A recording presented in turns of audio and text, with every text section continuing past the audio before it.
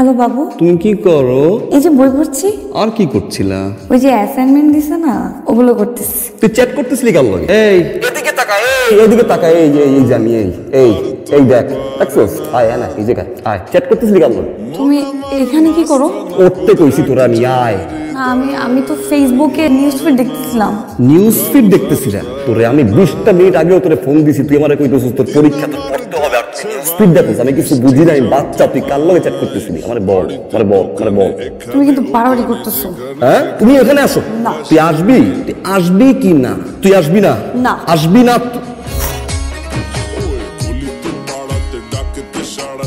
তুই আমার মুখের উপরে পর্দা দিয়ে ফোন কেটে দিলি? এত বড় কলিজা তোর! আসলে ঝামেলাটা কই জানাস? ঝামেলাটা হইছে আমি তো তোর সাথে হাজারবার ব্রেকআপ বলতে তোর কাছে এই জন্য ব্রেকআপটা হয়ে গেছে একটা ডেউ অফার, তাই না? কিন্তু আজকে এই মরা কাঠ সুইয়া কসম কাইটা বলতেছি, আজকের পর থেকে তোর সাথে আমার সিরিয়াস ব্রেকআপ। 3টা দিন সময় দিলাম, 3টা দিন, ঠিক 3টা দিন পরে যখন তুমি বুঝবা যে ওই ছেলে তোমার লাইফে আসছে তোমার নষ্ট করতে, তখন তো ব্যাক করবা। আমি কোনোভাবে তোমার মানবো না, আর এমন বাজে আচরণ করবো কল্পনা করতে পারবে না। আজকের পর থেকে আমি মারা গেলে আর আমার কোনো ফোন দেবা না। বাই। গেছে তো আমার সব ভেঙে গেছে। শোনো, অনেক তোমার প্যারা দিছি ভাই, তোমার একটা মই নিয়ে তোমার অনেক বাজে কথা হয়েছি, ক্ষমা করে দিও। আজকে পড়তে আর এই মই লাগবে না। কেন এমন করো? আমি যে 30টা মিনিট দাঁড়াইছিলাম বারান্দায়, একটা ঢুকিও মেরে দেখলে না, মুখের উপরে পর্দা দিয়ে দিলে তুমি।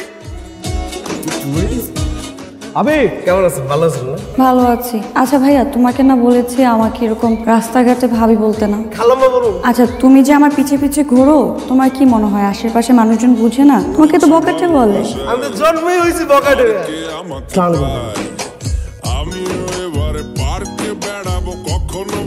বাবু তুমি কই?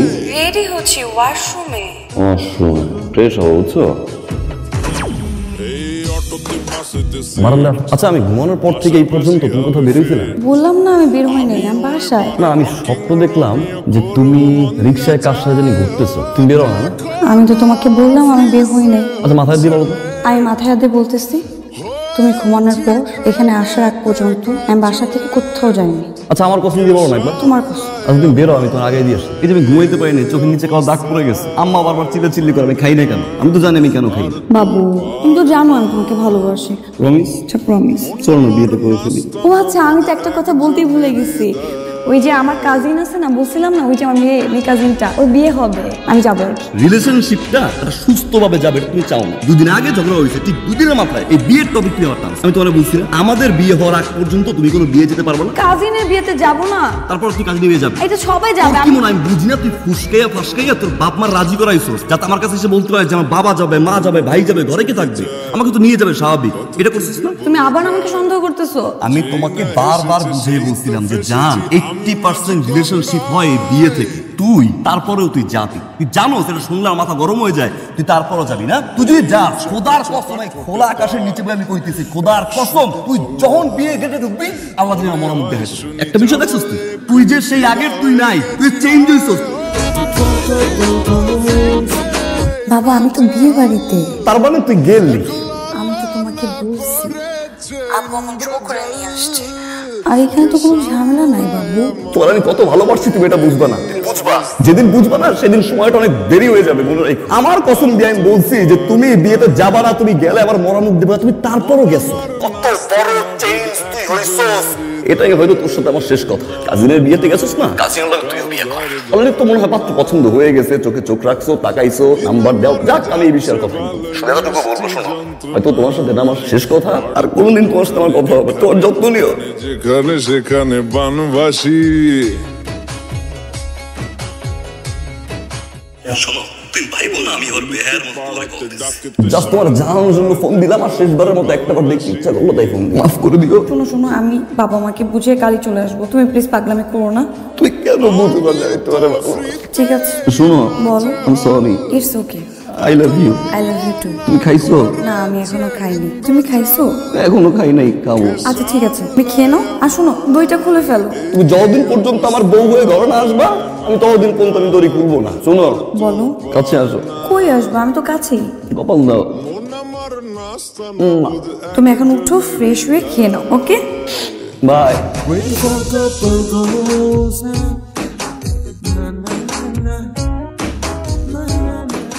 কতক্ষণ ধরে তোমাকে ফোন দিচ্ছি, ফোন ধরো না কেন? সরি, এই যে চশমাটা খুঁজতে সময় লাগছে। তুমি তো ওয়েট করতে পারতো, 10টা মিনিট ওয়েট করলেই তো আমি চলে আসতাম। 10 মিনিট আমি কোথায় ওয়েট করতাম? ভার্সিটির সামনে। ভার্সিটির সামনে যদি দাঁড়ায় থাকি, দুইটা ফ্রেন্ডের সাথে আমার দাঁড়ায় কথা বলতে হয়, ওটা তুমি করতে দাও? আমি তোমাকে বলছিলাম যে বিয়ে করার আগ পর্যন্ত তোমার জীবনে কোনো ছেলে ফ্রেন্ড থাকা যাবে না, বলছিলাম কিনা যে আমি তোমাকে হারাতে পারবো না। ফ্রেন্ডের জায়গায় ফাহিম, আমি কিন্তু তোমাকে এর আগেও অনেকবার বলছি যে ফ্রেন্ড মানে ফ্রেন্ড, সেটা ছেলে হতে পারে, মেয়ে হতে পারে। তুমি ইচ্ছা করে জিনিসগুলো করতেছো। এতদিন এত বুঝানোর পরে, এত বলার পরে, তারপরও তুমি বলতেছো ছেলে ফ্রেন্ড লাগবে। তুমি কি থামবা না? ব্রেকআপ। তুমি কিন্তু রাস্তার মধ্যে সিনক্রেট করতেছো। আজকের পর থেকে তুমি কোনো ফোন দিবি না। তুমি জীবনে ঠিক হবে না।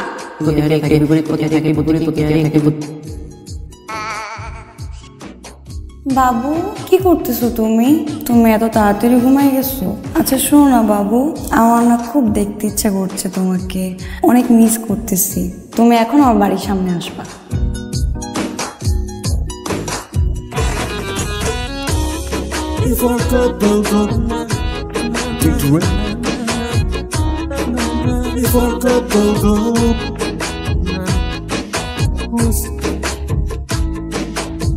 বাবু, কালকে ভাবছিলাম কি তুমি আসবা, একটু তাড়াতাড়ি আসবা, কিন্তু তুমি তো অনেক লেট করে আসছো, এই জন্য আমি ঘুমাই গেছিলাম। একটা টেক্সট তো করবা।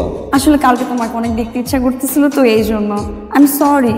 এই যে মাথায় কাপড় দেওয়া দেখছো, পুরো বউ লাগতেছে না? হ্যাঁ, আমি তো জানি তোমার ভালো লাগবে। চলো ইউনিভার্সিটি নামাই দিয়ে। না না, আমি তো আজকে ইউনিভার্সিটিতে যাব না, আমি আজকে তোমাকে নিয়ে নিউ মার্কেটে যাব। চলো।